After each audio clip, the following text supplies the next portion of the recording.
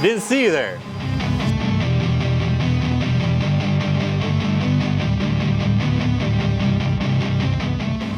So what I'm working on right now is our belt totally ran off the f***ing track and self-destructed, so now we got to replace it. Long story short is it kept sliding sideways and the zipper bit got all messed up and then it couldn't track straight to save your life. So we went ahead and cut that off with a razor blade, which felt wrong. And we found this too, so that probably didn't contribute to it tracking right.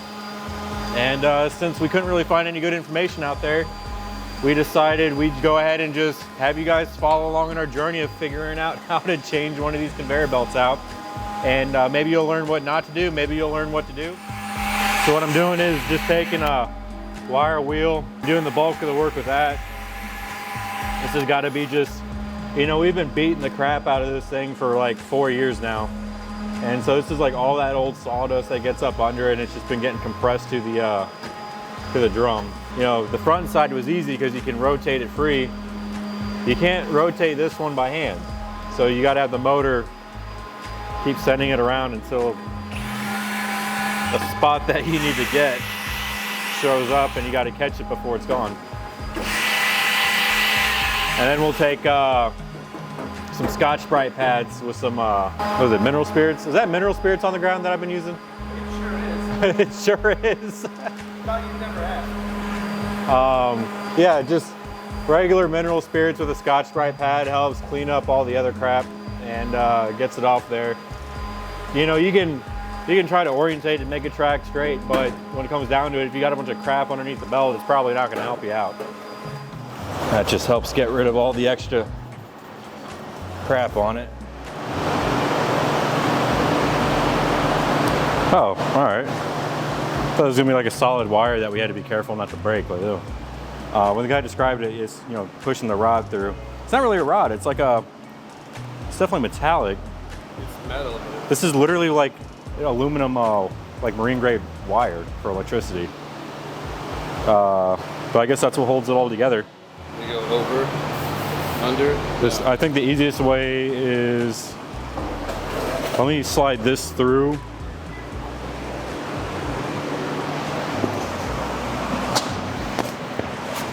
And then we'll, because we need space to work with the wire, so let's feed that through, and then we'll push this underneath. Pull it towards you. Hey man, I got a question. This is hanging really far down.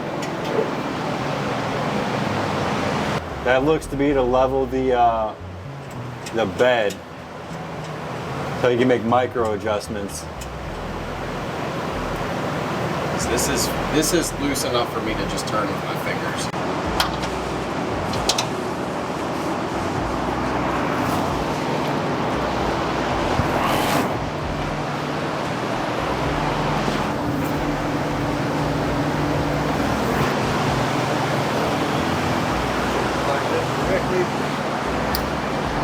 So it's definitely easier to pull it all to one side and then feed it back through.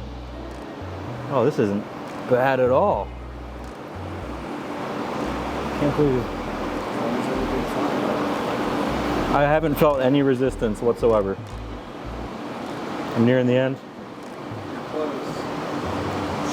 That's getting harder to push. So Alan, what are you doing?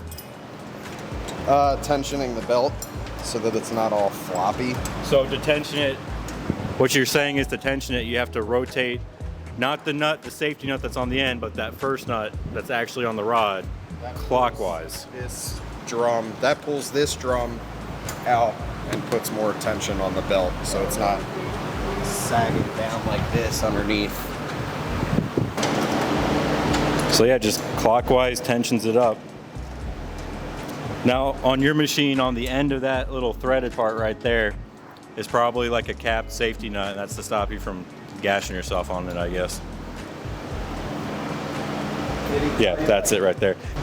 So you can see where Alan's already gotten to a point where the belt's almost riding pretty flat, and on the left side, every turn that Jake makes, you can see it tensioning up a little bit.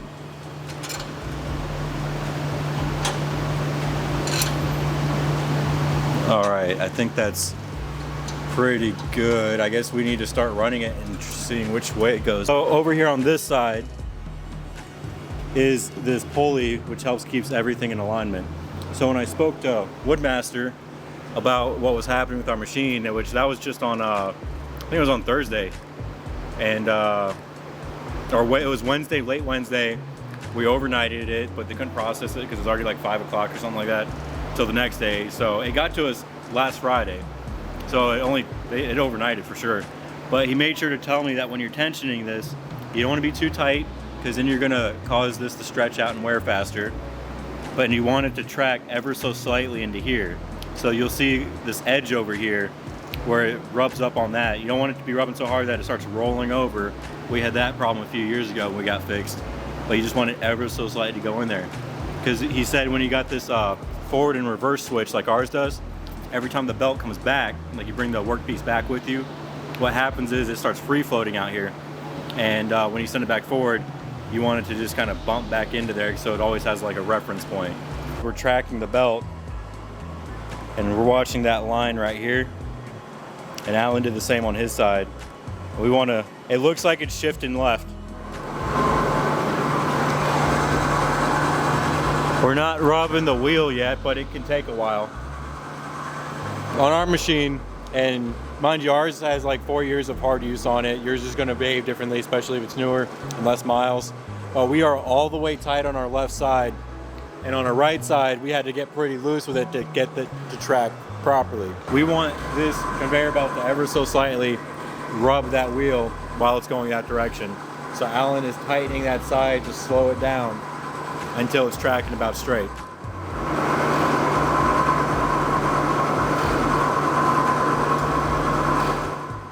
That was easier than I was expecting, to be completely honest. I was expecting to really struggle feeding that wire through that zipper looking thing that connects the conveyor belt together, but no, it's no resistance till the very end, slid right in there.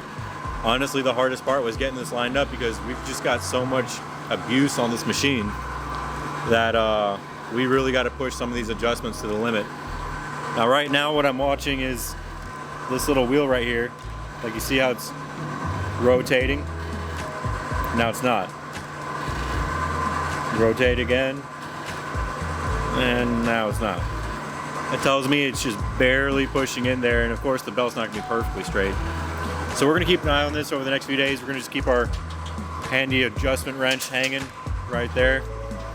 So that way, if we notice it's walking one way or the other too much, we can make a adjustment until we get it settled out. If you like today's content and it helped you replace the conveyor belt on your machine, I'm sure it's not only Woodmasters that's applicable on. I've seen the same types of belts on SCMI is the name, very expensive helical planer. Same belts go on that. And I'm pretty sure you can use it on just about any machine that's got a belt like that. Leave us a like, comment, subscribe. See you next time.